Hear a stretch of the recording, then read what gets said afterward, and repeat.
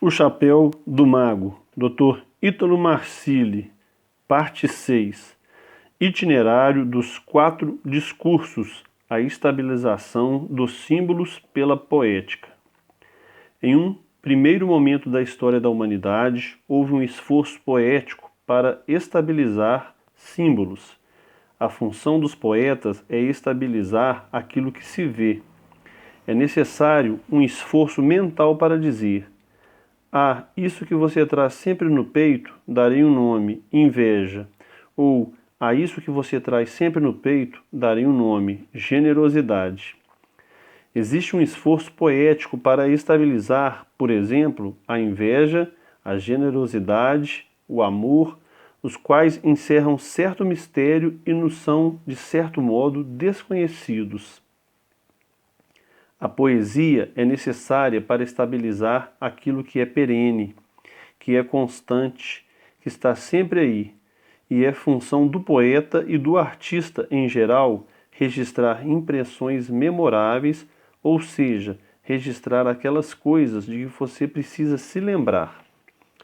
Por isso é que podemos chamar de arte baixa ou arte vulgar os esforços para estabilizar coisas que não precisam da arte para serem estáveis. Não é preciso estabilizar, por exemplo, as vontades de transar, de ir ao banheiro ou de espirrar. Todo o mundo as tem e as conhece bem. Não há nelas mistério algum. Uma arte que se proponha a estabilizar esse tipo de movimento pode ser chamada de arte vulgar, mas nunca de alta cultura.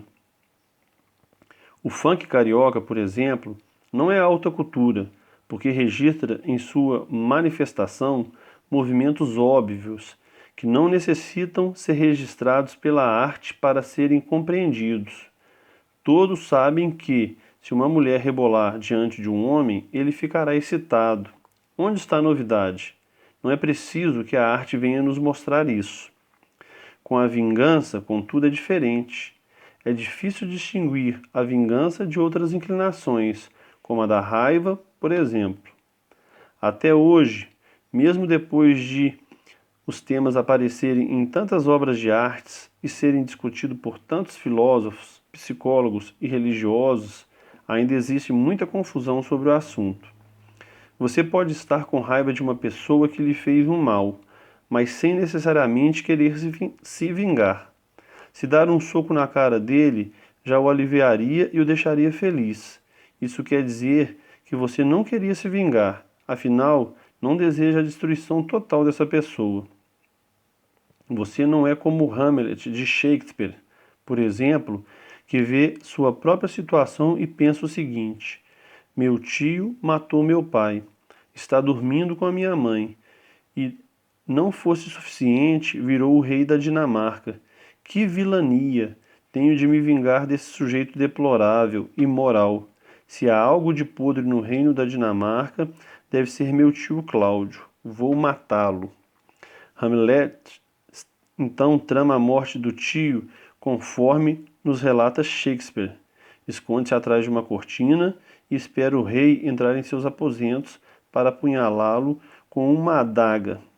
Acontece que, ao entrar no quarto, Cláudio imediatamente se ajoelha e, em um ato de contrição, pede perdão ao bom Deus por seus crimes.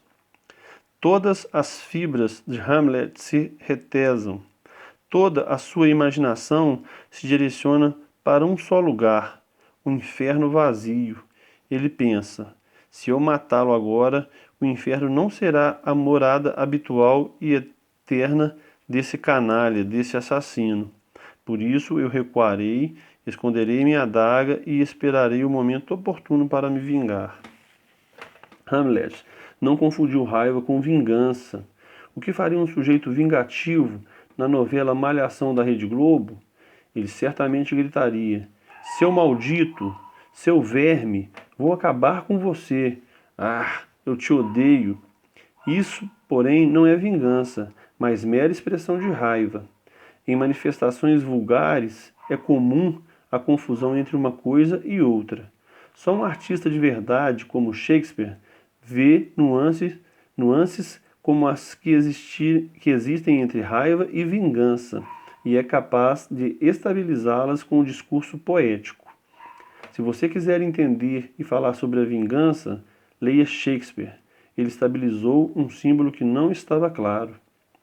O primeiro movimento na história da humanidade, então, é o de estabilizar símbolos por meio da poesia. A função do discurso poético é abrir à imaginação o reino do possível. Só depois de estabilizados os símbolos é que se poderá falar sobre eles. Parece que a vingança é isso. Parece que a luta tem essas características. Parece que o quadrado tem tais propriedades. Existe um elemento sempre presente. Se eu fizer 4 linhas retas, de mesmo tamanho, articuladas por ângulos de 90 graus, sempre terei essa mesma figura. E a arte poética é profundamente simbólica. Esse discurso poético tem um efeito algo mágico que se dá por meio de uma comunhão de vivências entre o poeta e seu público.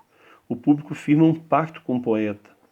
Enquanto eu estiver ouvindo essa história, enquanto eu estiver lendo esta obra literária, suspenderei minha descrença e minhas desconfianças para de fato mergulhar nela e contemplar o que você quer que eu contemple.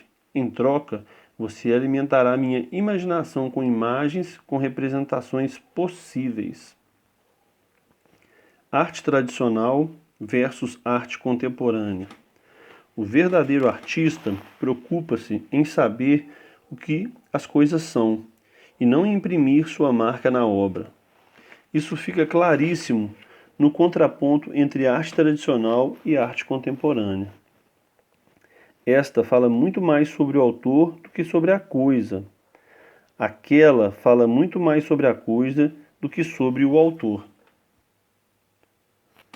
Ao ver uma obra de Picasso, você exclama: "Ah, eis a visão do mundo de Picasso." Está bem, Picasso vê o mundo assim. Mas e daí? Como o mundo de fato é? A arte cubista não retrata o mundo, mas sim o modo como artistas cubistas veem o mundo. É em um ato de revolta que Picasso cria o cubismo, como quem diz: "Este mundo é mau, porque não me revela todos os seus lados ao mesmo tempo.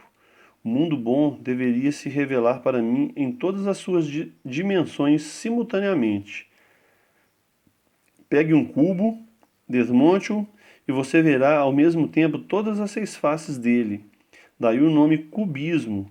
O problema é que no mundo real ninguém consegue ver todas as faces de um cubo ao mesmo tempo, mas no máximo 3. A arte contemporânea não serve para estabilizar símbolos. Ela é antes a história de uma autoestabilização psíquica do artista. Ela é mais um tratado de psicologia do que um registro memorável de como as coisas são. Estudando arte, conseguimos captar traços muito importantes do espírito de cada época. Nesse sentido, o estudo da arte contemporânea nos ajuda muito a entender os sintomas dessa nova geração. Veja, por exemplo, Jackson Pollock. Ele é o cara dos quadros com rabiscos e borrões circulares. Nada em linha reta. Os quadros dele se parecem como um amontoado de novelos de linha desfiados e são um registro fenomenal do nosso tempo. Se você alguma vez já parou para desembolar um novelo de linha, sabe como é difícil encontrar o fio da meada, o início do novelo. É duro ver uma unidade naquilo. Ao desembolar fones de ouvido, um colar ou um cadarço, nosso primeiro impulso é xingar meio mundo. Pensamos: onde é que está o centro, a origem dessa coisa aqui? Que saco! Como vou desembaraçar esse negócio? Levamos certo tempo até pegar o fio da meada e poder dizer: "Ah, achei, aqui está a origem da coisa, já consigo desembolar." Jackson Pollock nos apresenta uma perspectiva muito singular. Há pensamentos que são tão confusos que parece que o ser humano não encontrou o fio da meada. Onde é que está o fio da meada da sua vida? Onde é que está o fio da meada do Ocidente, da religião, da cultura, das ciências políticas ou da arte? O nosso tempo é como um novelo embaraçado, cujo fio da meada perdemos. Pollock não fez mais que registrar essa imagem. Ao olhar para uma tela dele, você pensa: caramba, olha eu ali. Não sei o que fazer, pois está tudo embolado. Minha sogra está ali, meu paciente está ali, minha mãe está ali. O padre está ali, está todo mundo ali, todo mundo embolado. Cadê o fio da meada? Não sei. Isso é arte contemporânea, arte abstrata. Não nos aprofundaremos mais em arte aqui, mas saiba que enquanto a função da arte tradicional é estabilizar o mundo, a função da arte contemporânea é deixar registrada a visão de mundo subjetiva do artista. Já recomendei várias vezes a produção de Roger Scruton, All Bearded Matters, Por que a Beleza Importa, de 2009. É um documentário interessantíssimo que, no entanto, apresenta um desprezo equivocado pela arte contemporânea. Desprezá-la é um erro, porque também ela tem uma grande função, que é estabilizar os sinais psicológicos da degeneração de um tempo. Obviamente, não é possível olhar para a arte contemporânea apreciando o belo, porque não há beleza ali, mas alguma coisa há. Metafisicamente falando, o mal não tem substância. O câncer é a degeneração de uma célula sã. A pobreza é a falta de dinheiro. A maldade é a falta de bondade. A escuridão é a falta de luz. A maldade, a degeneração e a perversão sempre estão em algo que tem substância. E somente coisas boas têm substância. Sempre que se fala em mal, devemos pensar em uma carência do bem. É também por isso que as Escrituras dizem que as portas do inferno não prevalecerão. O mal não subsiste, e não subsiste justamente porque não tem substância. Se, por um lado, é impossível considerar a arte contemporânea como a substância mesma da arte, ou ainda como algo que registra aquilo que a arte deveria, em tese, registrar, por outro lado, também não a podemos desprezar por inteiro. A arte contemporânea registra um movimento importante do espírito. Ela dá a medida da miséria do nosso tempo. É mesmo necessário um grande artista como Pollock neste mundo para nos dar essa dimensão. Grande artista? Meu filho de 4 anos faz quadros iguais aos de Pollock. Não, seu filho não pinta como Pollock, porque seu filho não tem psicomotricidade alguma, e por isso é que ele desenha daquele jeito. Já o Pollock, embora tivesse boa coordenação motora, deliberadamente quis expressar a coisa daquele modo. Aqueles borrões não surgiram por falta de técnica. O sujeito que não tem talento artístico pode até se dizer artista ao copiar um quadro de Pollock, mas ele será apenas um idiota cuja arte não tem qualquer valor. Pollock dominava a técnica da pintura, mas quis expressar o que estava vendo, a perda do fio da meada. Ele não fazia aqueles desenhos confusos porque não sabia desenhar bem. Ele os fazia porque sua visão de mundo era confusa, no sentido de que apresenta um mundo impossível, de sonho e fantasia. Era um pesadelo neurótico no final das contas. Itinerário dos 4 discursos, a retórica e a dialética. Primeiro surge o registro artístico do discurso poético. Com o símbolo devidamente registrado, passa-se a poder falar sobre ele.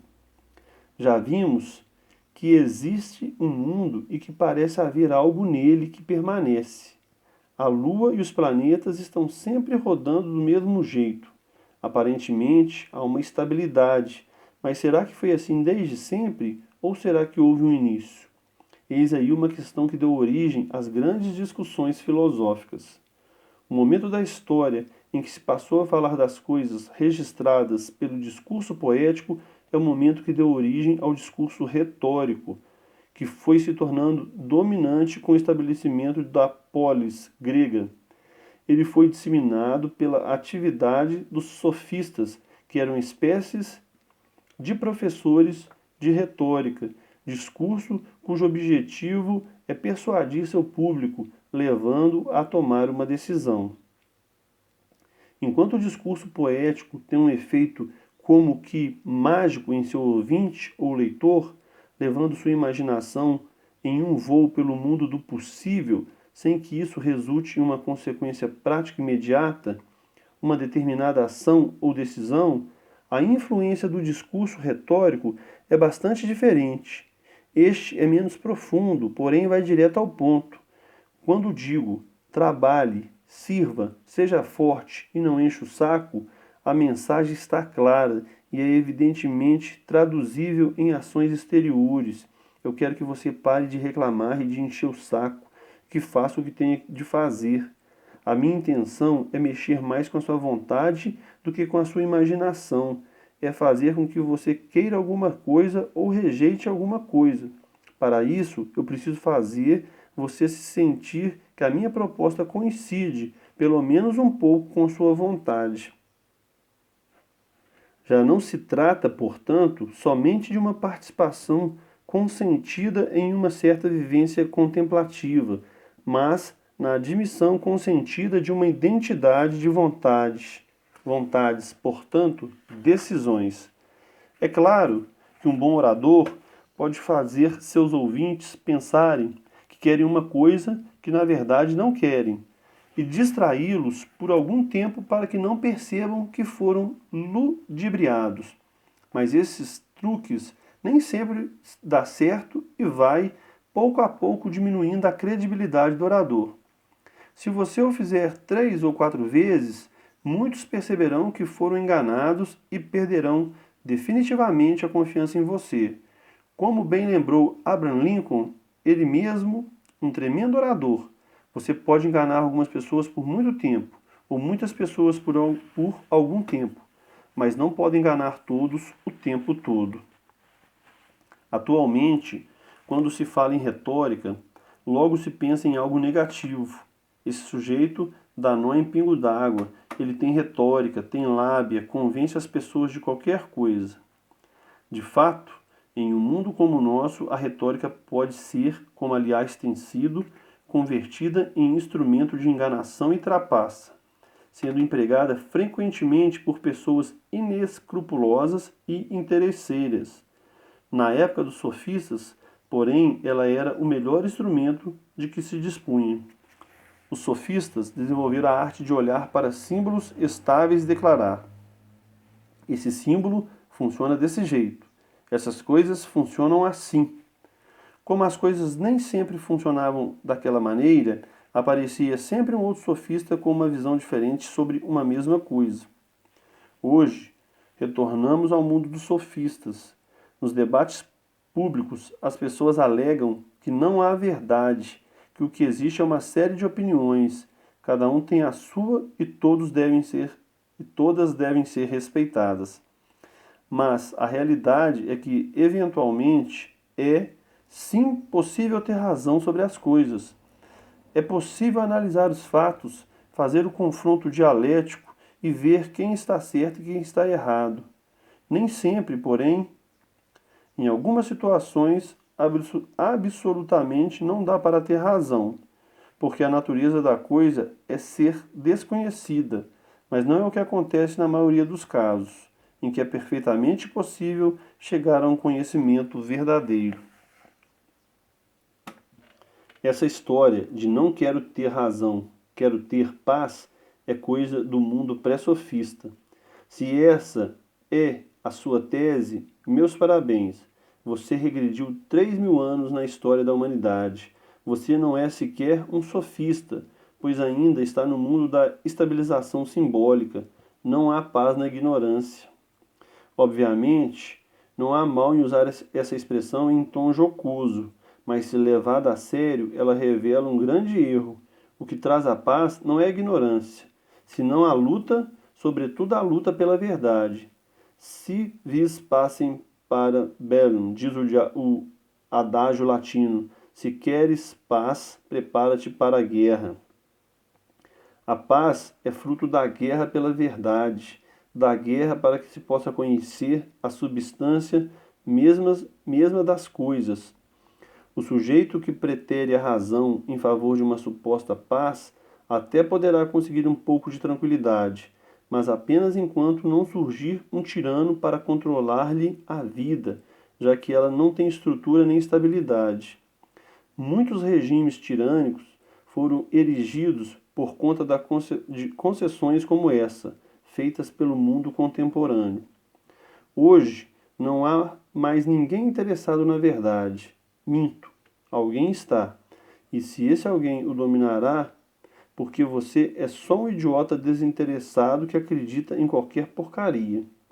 Você é a porta do regime tirânico e não pode reclamar do nazismo ou do comunismo, porque é quem permite a entrada deles. Sempre que fizermos concessões à verdade, seremos tiranizados individual e socialmente. Esse é o resultado do acúmulo de idiotice e de ignorância. Foi das perversões filosóficas e metafísicas que nasceu a possibilidade de tiranos dominarem boa parte do Ocidente. Só uma Europa enfraquecida poderia ver a ascensão de um regime como o nazismo, pois uma Europa fortalecida pela verdade teria um antídoto na sociedade para que, por exemplo, Hitler jamais fosse eleito. Muitos não se lembram, mas ele foi eleito democraticamente. Lula também foi eleito democraticamente, aliás, por 4 vezes consecutivas, se contarmos que a Dilma é uma espécie de Lula, ou ainda por 6 vezes consecutivas, se considerarmos também que Fernando Henrique Cardoso foi uma espécie de proto-Lula. Há 3.000 anos, a retórica era o máximo a que o pensamento humano poderia chegar. Os retores se debruçavam honestamente sobre os assuntos dos quais falavam. E eles falavam tão excelentemente que é como se suas opiniões se revestissem de glória. Tais opiniões não eram ainda de conhecimento sólido, mas eram verossímeis e consistentes. Cabia aos ouvintes julgá-las e tomar uma decisão sobre a culpa ou inocência de alguém, sobre os méritos ou deméritos de alguém, sobre a necessidade ou não de algo, etc. É preciso lembrar que essas opiniões gloriosas definitivamente não são meras opiniões. Todos nós temos nossos preconceitos pessoais, coisas em que acreditamos por mera ligação emocional. Eu tenho o direito de acreditar, por exemplo, que a cidade em que nasci é a melhor cidade do mundo, simplesmente porque tenho um vínculo emocional com ela. Mas não faz sentido discutir sobre isso com meu amigo, que acha que a melhor cidade do mundo é a cidade em que ele nasceu, baseando-se também em um vínculo emocional. Passa-se algo muito similar com nossos gostos pessoais para comidas, cores, roupas, etc. As diferenças de opiniões se tornarem discutíveis somente quando as opiniões sobre as quais temos diferenças são meras opiniões. Somente quando não são apenas preconceitos pessoais, expressões de gosto ou de coisas em que queremos acreditar. Eu posso apresentar bons argumentos para defender a ideia de que, atualmente, plantar café é o melhor para um produtor rural brasileiro do que plantar feijão. Você, por outro lado, pode apresentar boas razões para mostrar ao contrário. Cada qual de nós pode, aliás, apresentar pesquisas científicas, estatísticas e exemplos positivos e negativos de outros produtores rurais para embasar nossas ideias. E ainda que eu não consiga convencê-lo, nem você convencer-me, fica claro que, em nossa discussão, não estamos nos embasando em meras opiniões, em gostos pessoais ou simplesmente em coisas em que acreditamos. Digamos que você tenha estudado mais a fundo sobre as culturas de café e feijão no Brasil e consultado produtores rurais experientes, e que a maior parte dessas autoridades defendam a sua ideia e não a minha. Para Aristóteles, os seus argumentos seriam mais fortes por representarem a opinião da maioria das autoridades, ou dos especialistas, ou de uma maioria de homens que já discutiram essa questão anteriormente. Agora que você já sabe que um debate Só faz sentido quando as partes trazem opiniões com algum fundamento e não meros pontos de vistas, achismo de Facebook, opiniões de boteco ou convicções de estimação. Prossigamos. Aristóteles desenvolveu uma técnica para o confronto de opiniões. Essa técnica é a dialética. A partir desse confronto, chega-se à dedutiva, indutiva ou apofanticamente. É algo que é muito consciente, a noção de que existe algo que dura e persiste depois do confronto de opiniões. Se desbastarmos as opiniões, tirando delas aquilo que não presta, ou seja, aquilo que se limita ao campo do opinável, sobrará algo que é central, que subsiste. É possível confrontá-lo dialeticamente de novo e de novo, mas esse algo manterá uma consistência, não mudará, estará sempre presente. Qual o nome dessa coisa? Os gregos a chamavam de aletheia. A é um prefixo de negação ou privação, e let significa esquecimento. Na mitologia grega, let designava também o rio do esquecimento, no mundo inferior. Quem bebesse de suas águas ou nela se banhasse, se esqueceria das coisas. Hoje, nosso rio do esquecimento é o dia a dia, no qual todos nós banhamos diariamente ao acordar. Let é a água da pia com que lavo meu rosto pela manhã. Esse é o rio que me faz esquecer, não de tudo, mas apenas do que é fundamental. Ao me banhar no rio do esquecimento, deixo de me perguntar o que preciso fazer diante de Deus, o que preciso fazer diante do próximo, o que preciso fazer diante da minha própria vida. Na língua árabe, o homem, não o homem masculino para a qual a palavra é dhaker, mas sim o ser humano, é chamado insan. Insan é uma palavra que significa o esquecente, aquele que se esquece. E nós nos esquecemos porque nos banhamos no rio diário do esquecimento. Aristóteles, porém, descobre uma negação desse rio, a aletheia. Existe um antídoto para que você não se esqueça, a técnica dialética da filosofia. O confronto foi feito e sobrou algo que resiste, que durará para sempre na eternidade, que não depende mais da opinião de ninguém, nem da sua memória. Na dialética, a inteligência humana conseguiu capturar esse grão que surgiu e brotou, conseguiu capturar essa semente una, tal como uma semente de azeitona. Se você capturá-la e cultivá-la bem, ela se converterá em uma bela oliveira e produzirá frutos como as azeitonas. A técnica da dialética da filosofia foi a descoberta da nossa possibilidade de chegar à aletheia.